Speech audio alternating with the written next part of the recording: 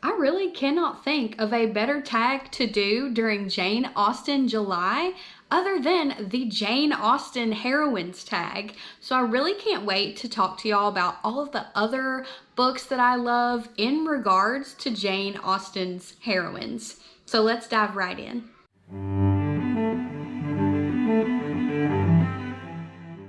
Hello friends, and welcome to my channel. My name is Haley and I am a Christian wife, homeschooling mother of 3, out to redeem my very own literary education, which means I am reading a ton of classics and of course participating in Jane Austen July. She was my female author of the year last year, and I read all 6 of her main novels in 1 year and fell in love with all of her heroines for various reasons.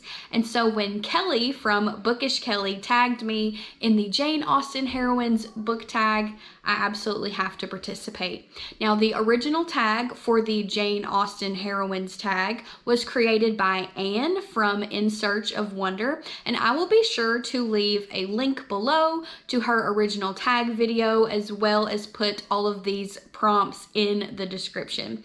But let's just dive right into some of these prompts. The first Jane Austen heroine is Lizzy, Elizabeth Bennett from Pride and Prejudice, and the prompt is a book that makes you laugh, because Lizzy dearly loves to laugh. And this book is a recent one that I read this year, and in fact this entire series makes me laugh. And that was Anne of Ingleside by Ellen Montgomery. This is the 6th book in the Anne of Green Gables series. Anne is now a wife and a mother, but believe it or not, it's not Anne that makes me laugh necessarily in this book or even in this series, but some of Ellen Montgomery's side characters, particularly in this one, the character of Susan Baker, who is Anne's kind of housekeeper. She helps nanny the children and take care of them, but she is hilarious to me, and I'm going to read you an example to show y'all what I mean. Look at that enormous white cloud towering up over the hollow with its rosy pink top. Wouldn't you like to fly up and light on it? Susan had a vision of herself flying up over the glen, dishcloth in hand, to that cloud.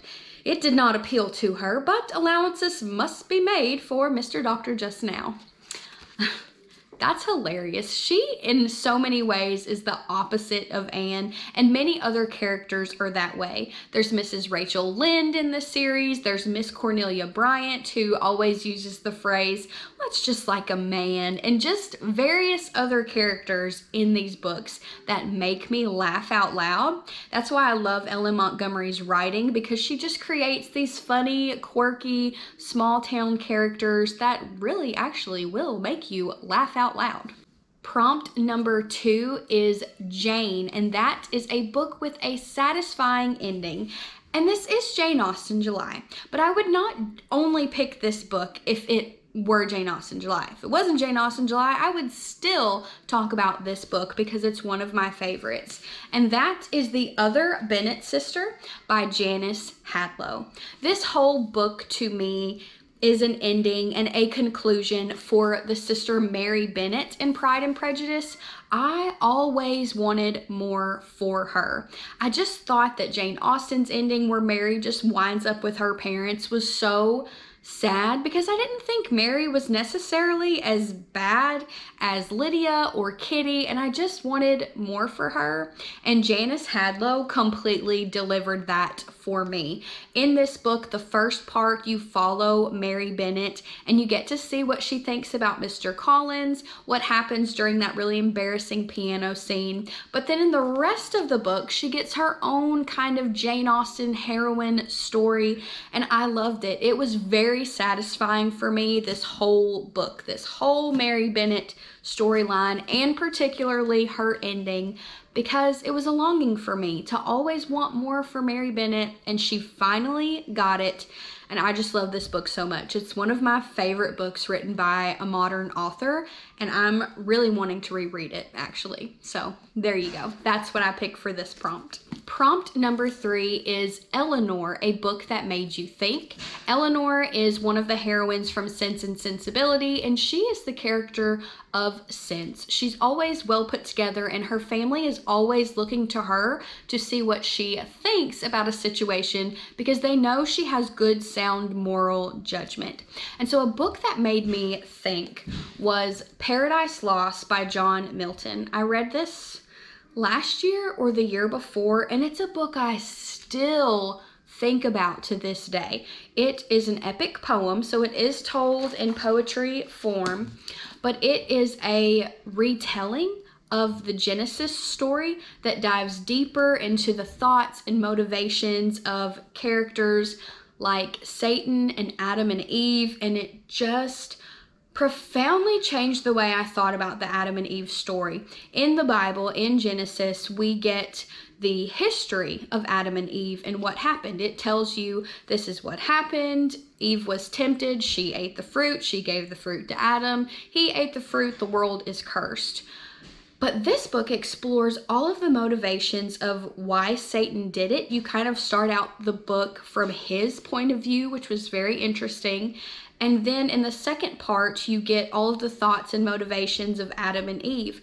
It made Adam and Eve a lot more real and relatable just as humans and image bearers of God, because I think Christians can really blame Adam and Eve for everything, like we wouldn't have sinned and done the same thing. And when you explore maybe why they would have done it, it just made me see them differently. It made me, I don't know, just think very reverently about being an image bearer of God and what creation means and what it's going to mean when Jesus comes back and brings the new heaven to earth and changes everything. It was lovely. The imagery was beautiful, and the characters of the angels and Satan were very interesting. I personally did not pity Satan when I read Paradise Lost like a lot of people, because it kind of says in there he knew he was doing wrong and he was going to be rebellious anyway. So I didn't feel bad for him, but getting his perspective was just interesting and thought-provoking. So this is a book that I still think about and I would love to reread. Jane Austen heroine number 4 is, of course, Marianne, who is Eleanor's sister in Sense and Sensibility, and she is the sister of sensibilities and great feeling. So of course this prompt is a book that made you feel, and this one shocked me. I have talked about it on my channel before, but that is Frankenstein by Mary Shelley. I thought this was going to be a sci-fi horror book, but it was actually a very emotional, thought-provoking, poetic book. So you follow Dr. Frankenstein, who is not the monster, he's Dr. Frankenstein, who is just throwing everything he has into his life's work and passion of finding out this key to life. But the second he does it, he's terrified with the results, immediately regrets everything. He's just kind of wasted his life's work on something that terrifies him. But then you get the perspective of the monster who didn't ask to be created and just kind of longs for relationship and what happens when he doesn't get it. So this book just explores a lot of questions about responsibility and right and wrong, and I read this book because at the end of Paradise Lost, it was mentioned that Mary Shelley was inspired by the character of Satan to create this from Paradise Lost. And Paradise Lost is actually mentioned in this book as well. But it was very emotional, and I didn't ever really know where I landed with how I felt about the monster, and I think that's really powerful storytelling. So I would highly recommend Frankenstein this fall. It is atmospheric, but it's not a sci-fi horror story. It's an emotional story, and it's very, very good. So Frankenstein by Mary Shelley. Jane Austen heroine number 5 is Emma from the book Emma by Jane Austen, and this prompt is a book that you think that everyone should read. And both Anne and Kelley mentioned in their videos that, of course, the Holy Bible is a book that everyone should read, and I'm going to third that, although it's not going to be the only book I mention in this prompt. But I say that because as a Christian who grew up in church, when every Sunday, Wednesday, I was in youth group, I did a puppet ministry, I knew the Bible stories, I was not a Christian until I was 21, 22 years old, and then read the Bible for myself. That is the thing that made me a Christian. That's the thing that radically changed my heart, that radically changed my worldview, was just reading the Bible for myself. It changed everything. It changed the way that I discern spiritual leaders and pastors and podcasters. All those things are great, but they're supplemental to your faith. You should be spending daily time in the Word if you're a Christian, or even if you're not a Christian. I think it's important to read the Bible for yourself, because you can't always trust Christians who are still sinners to represent who Christ truly is. I think if you're curious about what it really means, because a lot of people find a lot of Christians to maybe be hypocritical, or there are a lot of false teachers out there that the Bible talks about, or overly religious people that the Bible also talks about, putting yokes and burdens on people that aren't in the Bible. Just read the Bible for yourself. The Holy Spirit will be able to help you discern and understand what it is saying, and prayer with God will also help you understand what it's saying. It's just so worth it.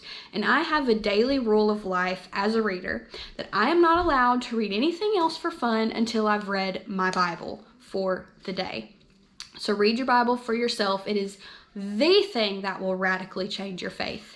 Not going to church, not listening to podcasts, none of that. Read your Bible. So, sorry, I'm off my preaching box now.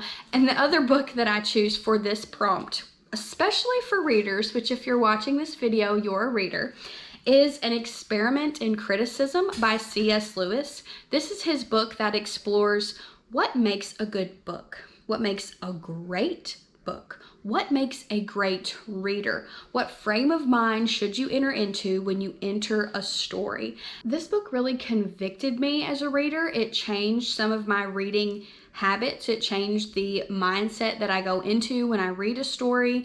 And the Literary Life podcast does have episodes that go along with the chapters of this book that just really enhanced my reading experience with it. But if you're a reader, there's just no better book to read to make you a better reader and to look at books in a different way and help you determine what is a great story, what isn't a great story. I just thought it was fascinating because a lot of critics during his time were analyzing literature and they clearly didn't have a love for literature, and there's a difference. And so I loved this book and cannot recommend it to readers enough. Jane Austen heroine number 6 is Catherine, and she is from Northanger Abbey, which is one of my favorite Jane Austen books. It definitely ranks in my top 3 of Jane Austen's main novels. And her character is just so funny. She kind of sees things everywhere. She's being scared on purpose from herself. So these books are interesting because I just read this series. So I'm recommending a series. I'm not someone who reads a lot of suspense or horror or thriller, but I recently read a Christian suspense thriller series that blew my mind. And that is the Strange Crimes series by Jessica R. Patch. The first book is Her Darkest Secret. The second book is A Cry in the Dark. And the third book is The Garden Girls. Our Christian Ladies book club that I host picked up the first book in this series. And half of the readers dropped out and opted out because this book was too intense and too scary. So if you struggle with paranoia, fear, or anxiety, I wouldn't recommend these books. But if you can handle some really heinous crimes and real depictions of those heinous crimes, then you might love this series. It definitely made me scared. I could not stop reading all 3 of these books until I found out what happened at the end. I devoured them, and I can't wait to read more from Jessica R. Patch. The first book, Her Darkest Secret, follows Agent Fiona Kelley, who is out to find the nursery rhyme killer who poses people based off of nursery rhymes. He thinks he's a vigilante, might be some split personality stuff going on, but Fiona Kelley was one of his first abducted victims that got away. Very interesting story. The second book is A Cry in the Dark, and this is from the perspective of another agent within that strange crimes unit, and her name is Violet. She is actually the daughter of a victim of a serial rapist and kidnapper. And she kind of has some sociopath tendencies that allow her to look at crime scenes and read them, kind of like Criminal Minds, criminology, criminal psychology. Very interesting. But there's a killer that shows up in Appalachia in Kentucky that draws her there, that also may have some connections to finding out who her father is because he was never caught. Very good. And then the last book deals with Tiberius Granger, who is another person on the Strange Crimes unit. He came out of a cult, and there are some crimes going on. These girls being kidnapped and shown up with tattoos of flowers completely covering their bodies. But it's in connection with some people that he knew from his past life in a cult. And the villain is very intense and reminds me of Satan very much in that one. So all three of the criminals in those books were terrifying. In these books, you get the perspective of the agent, you get the perspective of the killer before you find out who they are, and you get the perspective of some of their victims, and it's very intense. However, they're Christian, and so all of these agents are also going on a journey about asking questions about faith and God, and they find God, and that also deals with some really difficult topics within the church, like cults, like church hurt, or people being within the church that do bad things. Wow, these are intense, but if you can handle them, they are so worth it. So give those a try if you're into that kind of thing. But be warned, they are intense. So that's all I can say. Jane Austen heroine number 7 is Fanny, and she is from Mansfield Park, which is my number 2 favorite Jane Austen novel, right after Pride and Prejudice. I love her character. She is a character who gets overlooked because she is shy and she is sickly, but she's incredibly virtuous. I just love her. But the prompt for this is perfect, and it's a book you love that you don't think gets enough attention. And for me, this is an author that I found that I've loved. And both of these books I don't think get enough attention, and I'm going to share 2. And that is The Enchanted April by Elizabeth von Arnim and Elizabeth and Her German Garden by Elizabeth von Arnim.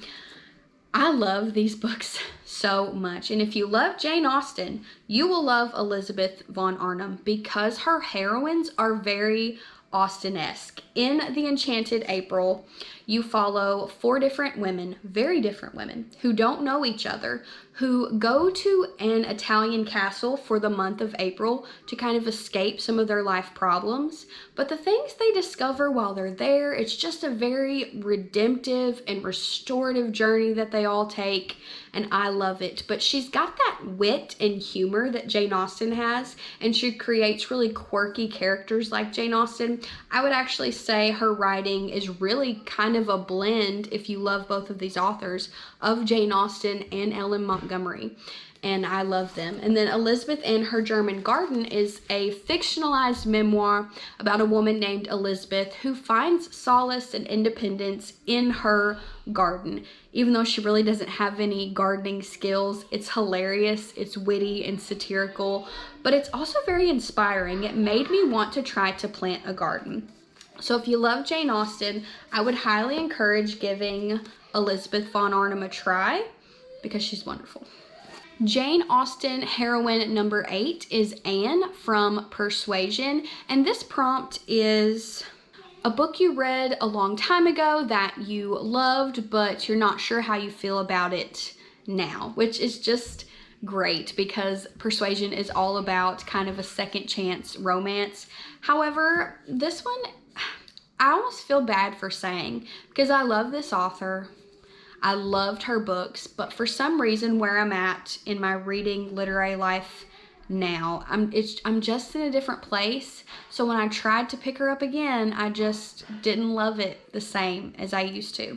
And that is Melanie Dickerson, and she does a lot of fairy tale retellings. This is Christian fiction, But I found since reading a lot of classic literature, I have a really hard time reading anything written by modern authors. There's just kind of, and I'm not knocking Melanie Dickerson. It's just something I realized when I tried to pick up another one of the books in a series that I have loved. Modern books just kind of fall flat to me now. The characters just don't have as much depth. They follow too close of a trope as all of the other characters out there.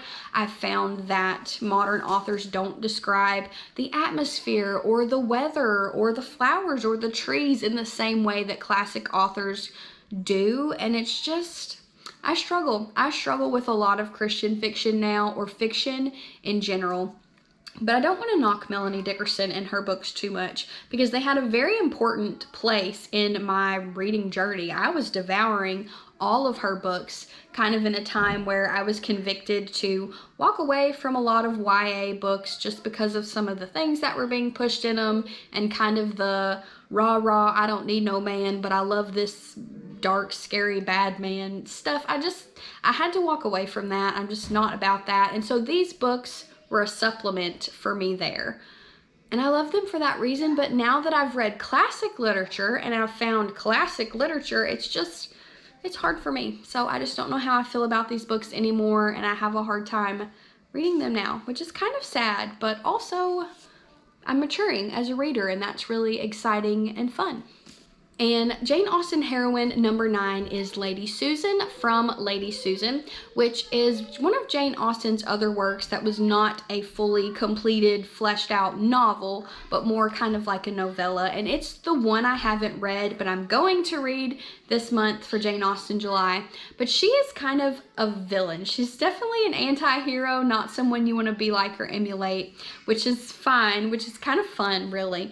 And this prompt is a villain you love or love to hate, and this is a no-brainer for me.